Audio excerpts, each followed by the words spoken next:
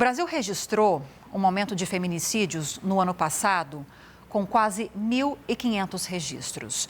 Os índices de 2025 superam os do ano anterior, 2024, mesmo com os estados de Alagoas, Paraíba, Pernambuco e São Paulo não informando os dados do mês de dezembro.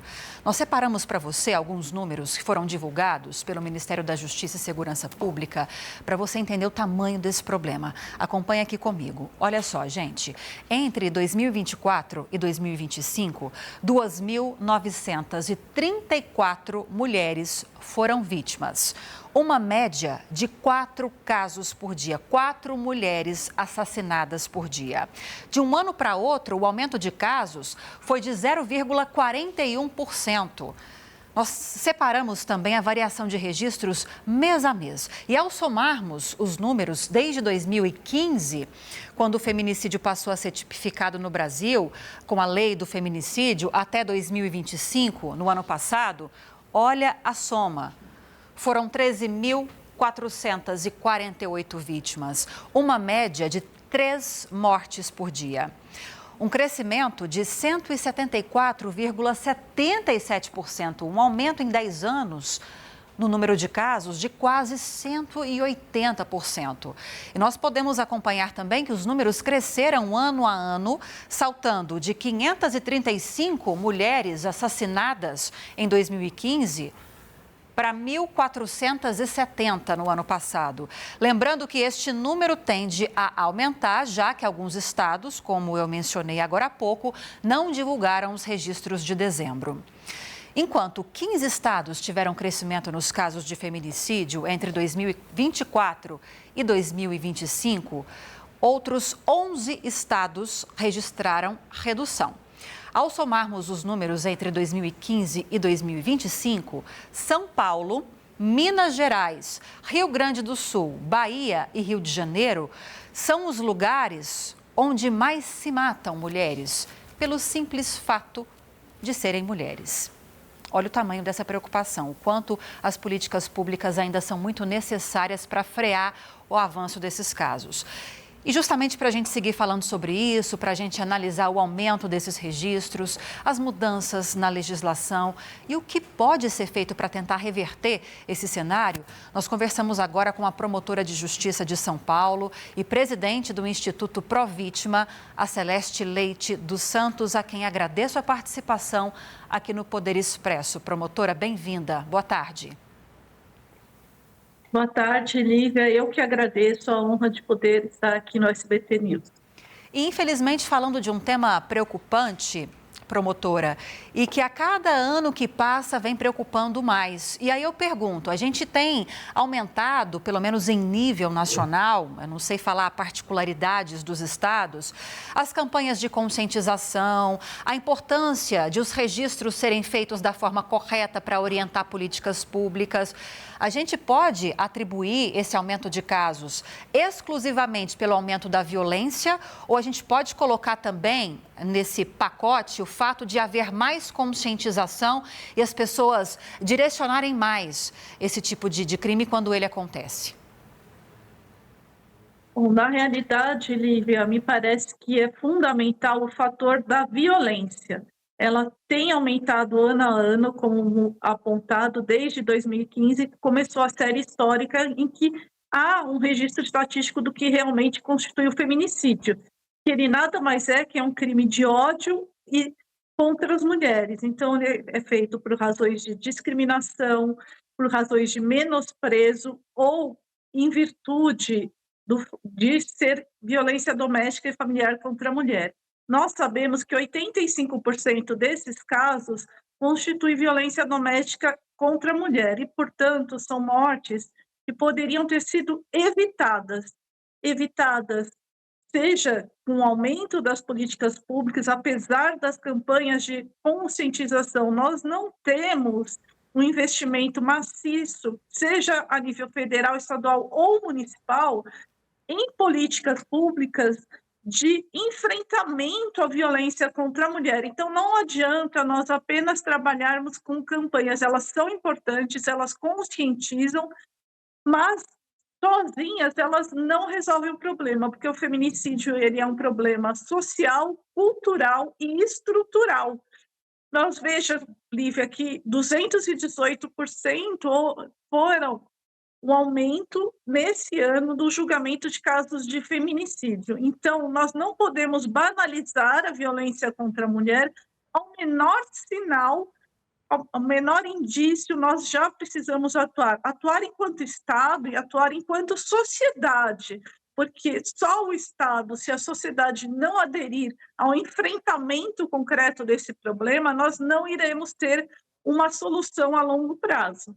Celeste, e as políticas, as leis que endurecem as penas para esses agressores, para esses criminosos, a gente está falando de feminicídio, de pessoas que matam mulheres, né, criminosos, não adianta só atacar por essa frente, né, de reforçar as penas, de endurecer as penas. Em outubro, por exemplo, do ano passado, o presidente Lula sancionou uma lei que aumentou a pena para feminicídio, né, que era de 12 a 30 anos, passando para a pena mínima de 20 anos e máxima de 40 anos. E aí trouxe alguns agravantes que aumentariam ainda mais a pena, aumentando para 1/3, caso a mulher estivesse grávida ou nos 3 meses após o parto, quando as vítimas fossem ou forem menores de 14 anos ou maiores de 60 anos.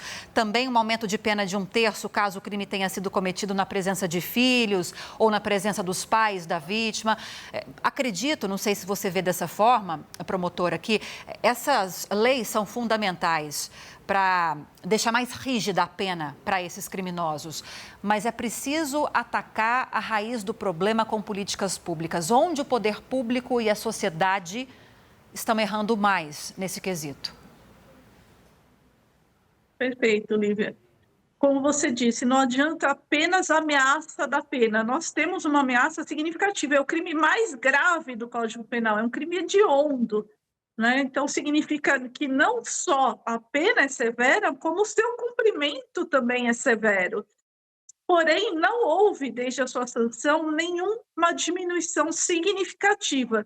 Isso significa o quê? Por exemplo, a Itália também optou por esse modelo de penas mais severas e colocando o crime de feminicídio como um crime de prisão perpétua. Mesmo que adotado isso no Brasil, o que não é possível, porque a nossa Constituição veda toda forma de crime de prisão perpétua e de morte, nós temos, então, que trabalhar na capilaridade. O que seria na capilaridade? Desde o federal, estadual, municipal, que as políticas públicas cheguem nas bases, que sejam feitos mapeamentos relacionados quais as principais causas da criminalidade. Por exemplo, aqui no Ministério Público do Estado de São Paulo, nós implementamos nas audiências de custódia uma medida que está favorecendo em muito a proteção da mulher, aquela que chega a pedir ajuda, chega a pedir apoio antes de virar uma vítima fatal. Então, antes de ser solto qualquer pessoa que tenha praticado violência doméstica e familiar, é analisado também qual é o risco que existe, se é um risco grave, médio ou leve. E com isso, nós monitoramos, por meio da Guarda Civil Municipal, se a política pública está chegando de fato na casa, na residência daquela mulher que precisa de proteção. Então, o que nós precisamos em termos de Brasil, né, porque nós estamos falando de uma realidade, uma prática que está sendo realizada agora e tem tido bons frutos, nós precisamos, então, que essa prática, por exemplo, se dissemine por todo o Brasil e que as guardas municipais elas tenham uma estratégia também de monitoramento dessa situação de violência, monitorando e vendo aonde aquela família precisa de ajuda, porque, via de regra, nós estamos lidando com famílias. Nós temos a vítima direta e aquela vítima de violência doméstica familiar, aquela vítima de feminicídio, mas nós temos muitas vítimas indiretas e órfãos dos feminicídios que, apesar de hoje existir uma bolsa módica a nível federal para poder tratar minimamente, dar uma assistência mínima àquelas crianças, àqueles adolescentes, isso é manifestamente insuficiente para que ela supere aquele trauma. Então, cada vez mais o poder público ele tem que ter parcerias também estratégicas com organizações da sociedade civil, visando trazer, chegar aonde está o problema. Um outro exemplo que nós temos, nós desenvolvemos pelo Instituto Pró Vítima com sucesso o projeto Defenda-se, e foram atendidas cerca de 1.000 mulheres ensinadas, além de aulas de defesa pessoal, também elas participaram de círculos restaurativos voltados para as vítimas, para que elas se identificassem em uma situação de violência. Então, às vezes a mulher ela precisa de ajuda para romper esse vínculo de violência, ela não consegue sozinha.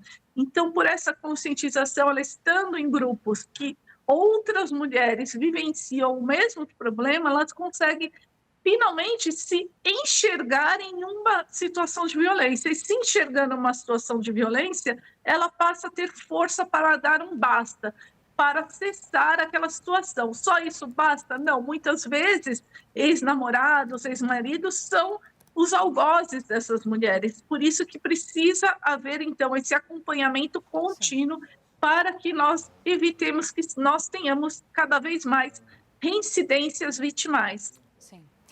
A sociedade precisa ajudar, as organizações do terceiro setor precisam ajudar, o poder público mais ainda, que é o que a Celeste está trazendo de informação para a gente. E vamos ficar atentos aos canais de denúncia. Qualquer informação, qualquer situação que você que está me acompanhando sentir que a mulher está sendo coagida, está sendo vítima de algum tipo de violência, que seja aquela violência no seu primeiro estágio, a violência verbal, a ameaça, denuncie, não se cale diante disso. Diz que 180-180, ligue 180, 180, para que o poder público possa dar andamento e acolhimento a essas mulheres. Falamos com Celeste Leite dos Santos, promotora de Justiça de São Paulo e presidente do Instituto Pró Vítima. Muito obrigada pela participação, promotora. Muito obrigada, Lívia. Foi um grande prazer estar aqui.